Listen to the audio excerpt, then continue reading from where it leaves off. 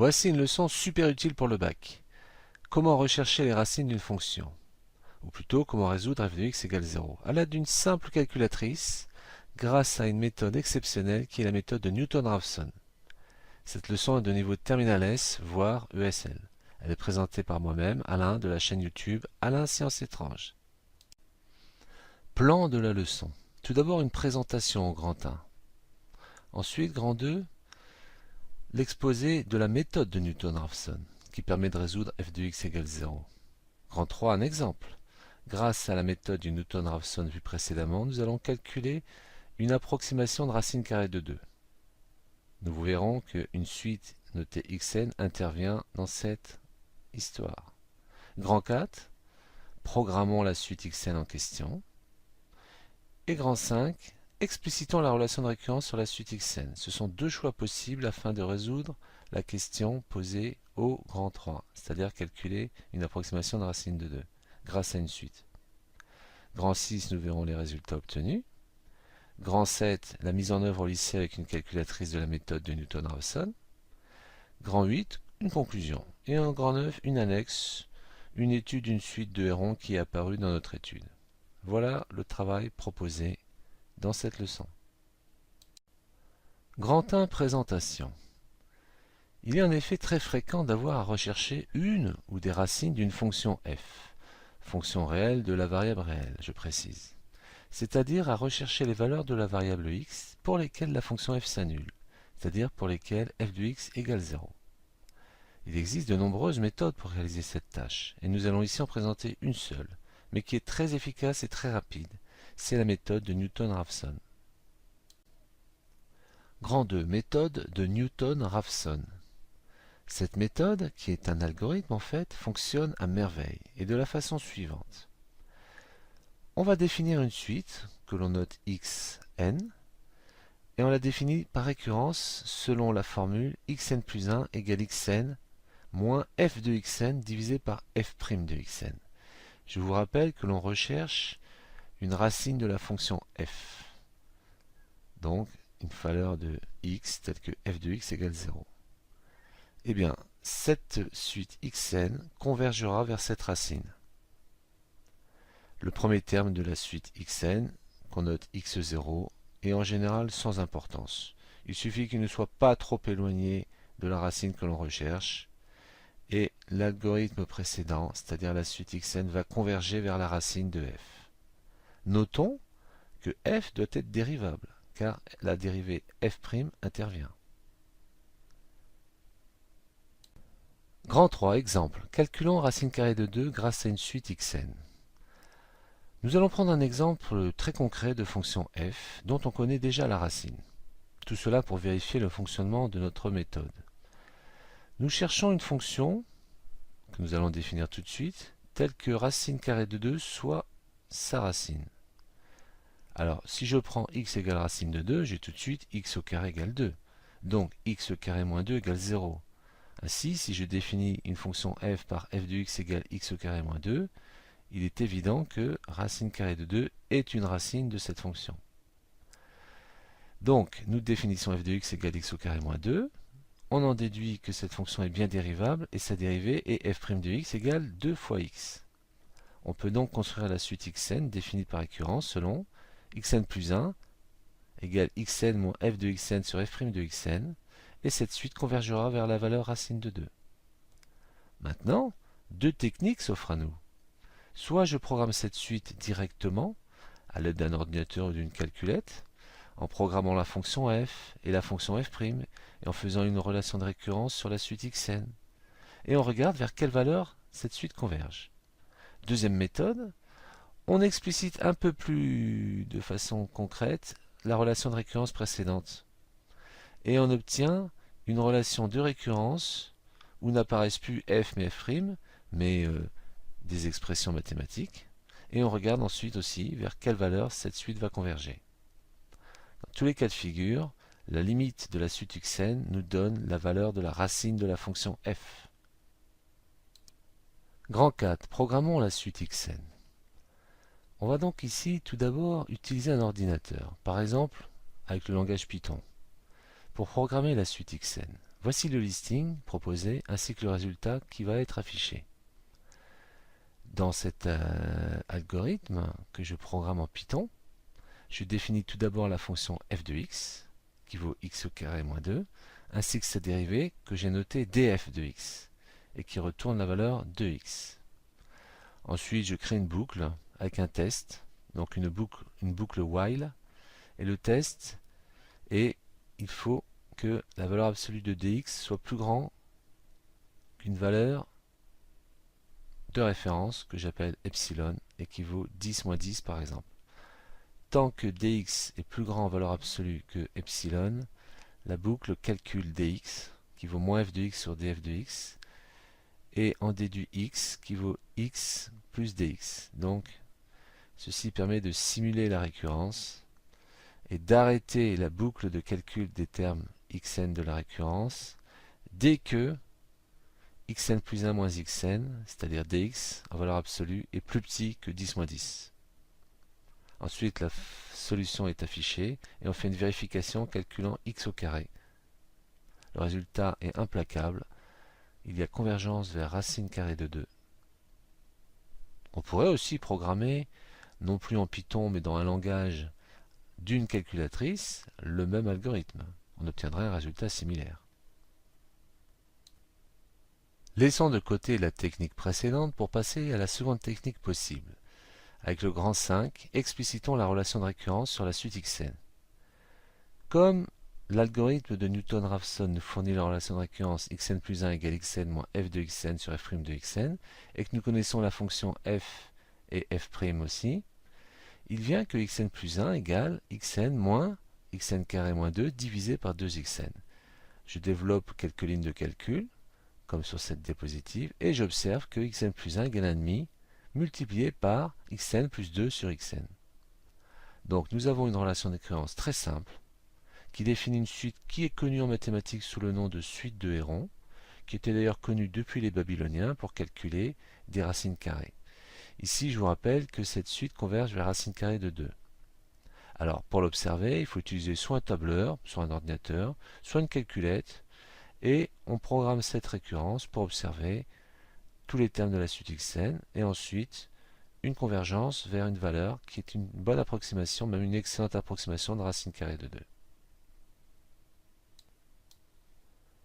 Sur cette diapositive, nous voyons une feuille de calcul d'un tableur où j'ai représenté dans la première colonne l'indice n. Dans la deuxième colonne B, donc, j'indique les valeurs de la suite xn. Et enfin, dans la colonne C, je calcule xn fois xn. Et je pars de la valeur pour n égale 0, x0 égale 100. C'est une valeur arbitraire. Je la prends au hasard. Et ensuite, dans la colonne B, à la case numéro 3, je définis, donc en B3, B3 égale 0,5 multiplié par B2 plus 2 sur B2. Donc ce qui me permet de simuler la relation de récurrence. Et ensuite, j'étire, grâce aux propriétés du tableur, cette case vers le bas pour calculer toutes les valeurs suivantes. On observe évidemment une très rapide convergence vers une valeur qui est une très bonne approximation de racine carrée de 2. Ce fait est confirmé par le fait que xn au carré, dans la colonne C, converge vers 2. Grand 6, résultat. On a bien observé dans les deux cas que la suite xn converge bien vers une très bonne approximation de racine carrée de 2.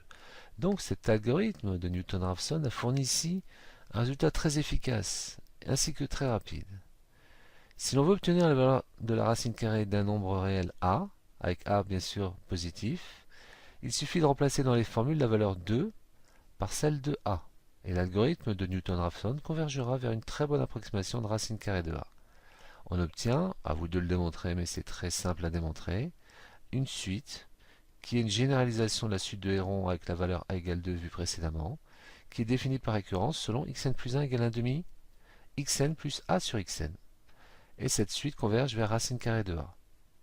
Ainsi, nous avons une méthode pour calculer la racine carrée de n'importe quel nombre réel positif, en effectuant uniquement des additions, des multiplications et des divisions. Voyons sur la diapositive suivante un exemple de calcul qui utilise cette suite. Sur cette feuille de calcul d'un tableur, nous avons fait le même travail que deux diapositives précédemment.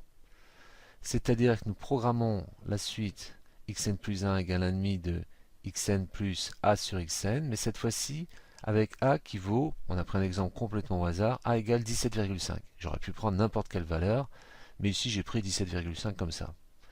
Voilà, au hasard. Tout à l'heure c'était a égale 2. Et j'obtiens, en définissant bien dans la case B3 la relation de récurrence, et en étendant cette récurrence sur toutes les cases de la feuille de calcul, j'obtiens rapidement une convergence vers une valeur qui se trouve être racine carrée de 17,5. Il y a donc confirmation que l'algorithme xn plus 1 égale 1,5 de xn plus a sur xn converge vers la racine carrée de a. Grand 7. Mise en œuvre au lycée avec une calculatrice. Cette section est très importante. Il faut bien écouter ici.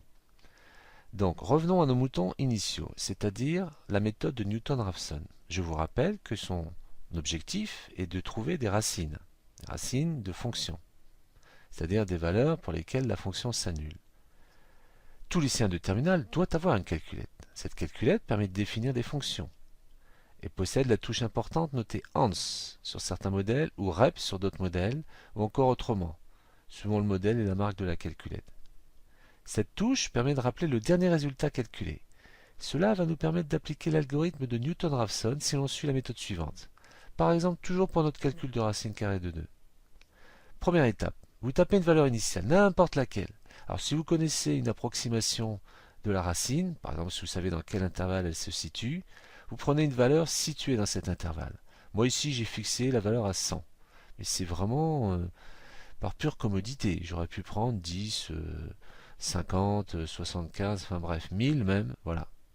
Et ensuite je valide. Donc je tape la valeur 100 et je valide. Je tape Enter ou Exe ou égal, ça dépend de la calculatrice.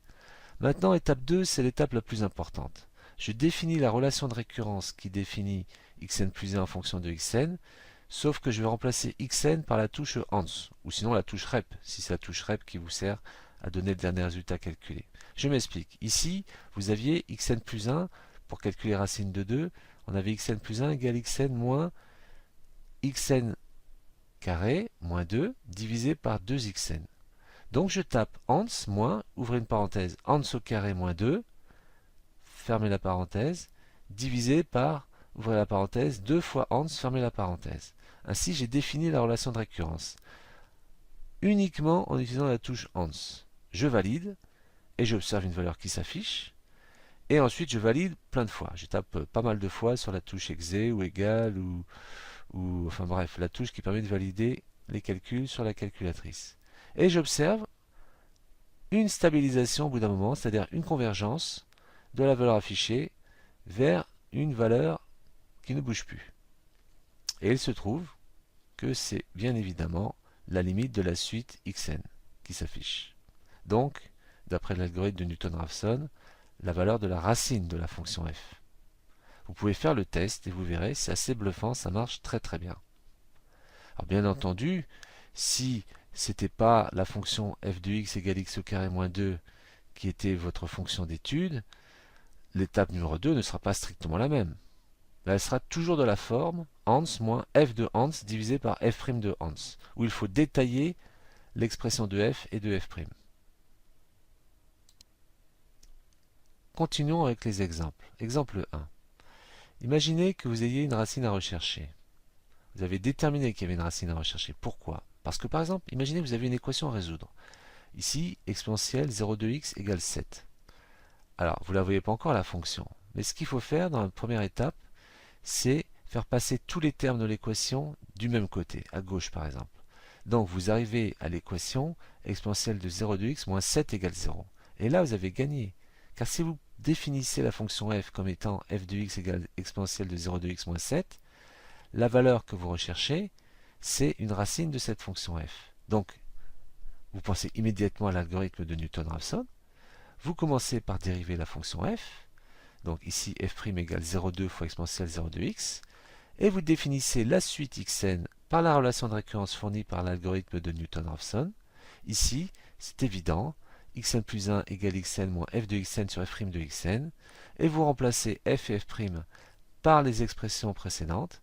Donc vous trouvez ici xn plus 1 égale xn moins exponentielle de 0,2 xn moins 7 divisé par 0,2 exponentielle de 0,2 xn, c'est-à-dire après une petite ligne de calcul, xn plus 1 égale xn moins 5 facteur de 1 moins 7 exponentielle moins 0,2 xn. Ensuite, vous appliquez la méthode que je vous ai donnée précédemment avec une calculatrice. Donc petit 1, vous saisissez une valeur, j'ai mis 100 ici encore par référence à mon exemple précédent, vous pouvez mettre la valeur que vous voulez. 2, vous saisissez l'expression ans moins 5 fois 2, ouvrez parenthèse, 1 moins 7 fois exponentielle moins 0,2 fois ans, fermez la parenthèse, et vous validez, tapez sur la touche Enter ou exe ou égal, et vous observez la valeur qui s'affiche, et dès qu'elle est stabilisée, vous avez obtenu une convergence de la suite, donc vous obtenez la racine de la fonction f, c'est-à-dire la solution x de votre équation initiale. Alors, j'ai appliqué cette méthode avec ma calculatrice et j'ai trouvé x égale environ 9,729550,745, etc. Alors, ici, j'ai donné un exemple dont je connaissais la solution exacte. Comme ça, c'est plus facile pour comparer. Alors, il est évident que l'équation précédente, là, exponentielle de 0,2x égale 7, elle a pour solution x égale 5 logarithme népérien de 7. Et je compare la valeur de 5 logarithme népérien de 7 avec la valeur que j'ai trouvée à la calculatrice, il y a une très bonne correspondance pour au moins 1, 2, 3, 4, 5, 6, 7, 8, 9 décimales. Et ceux-ci ont un très petit nombre d'étapes. Exemple 2. Imaginez maintenant que vous ayez à résoudre une équation qui n'a pas de solution simple, c'est-à-dire qu'elle ne s'exprime pas de façon simple. C'est-à-dire à partir de logarithmes, d'exponentiels, de racines carrées, de x carré, x cube, bref, de fonctions connues. Il n'est pas possible d'exprimer la solution de mon équation en fonction de fonctions connues, simples, et de calculs arithmétiques simples. Donc, j'ai pris une équation qui répond à ce critère. Par exemple, j'ai pris l'équation précédente et j'ai rajouté le terme plus x. C'est-à-dire je cherche à résoudre l'équation exponentielle 0,2x plus x égale 7. Pour nous ramener au cas de Newton-Raphson, je fais passer tous les termes de l'équation du même côté. Donc je fais passer le 7 à gauche de l'équation. Et je peux définir une fonction f par f de x égale exponentielle 0,2x plus x moins 7. Donc, la solution de l'équation précédente sera une racine de cette fonction f. Cette fonction est bien dérivable, je la dérive en f' de x égale 0,2 exponentielle de 0,2x plus 1. Et maintenant, j'applique l'algorithme de Newton-Raphson. Donc je définis une suite xn par la relation de récurrence xn plus 1 égale xn moins f de xn sur f' de xn. Ici, le calcul se simplifie un peu moins que précédemment, mais il a tout à fait une forme sympathique qu'on pourra calculer à la calculatrice. Enfin, j'applique la méthode générale. Je commence par saisir une valeur, par exemple 100. Je tape l'expression avec la touche ans. Donc, je tape ans moins. En haut, j'ouvre une parenthèse, exponentielle de 0,2 fois ans plus ans moins 7. Je ferme la parenthèse, divisé par, j'ouvre une deuxième parenthèse, 0,2 fois exponentielle de 0,2 fois ans plus 1. Je ferme la parenthèse. Et je tape sur le Enter ou exe ou égal un grand nombre de fois, mais en pratique, pas un si grand nombre que ça. Et j'obtiens une stabilisation de l'affichage, c'est-à-dire la valeur ne bouge plus au bout d'un moment, la suite a convergé, et j'obtiens la valeur x égale 4,52, 70, 52, 929, etc., etc. Alors pour vérifier que la solution est bonne, par rapport à mon équation précédente, il faudrait que j'intègre cette valeur de x dans l'équation pour vérifier que exponentielle 0,2x plus x égale bien 7. Bon, je peux aussi vérifier que f de x égale 0. C'est ce que je fais ici. Je calcule f de 4,52, 70, 52, 929 et j'obtiens 6, 10, moins 10.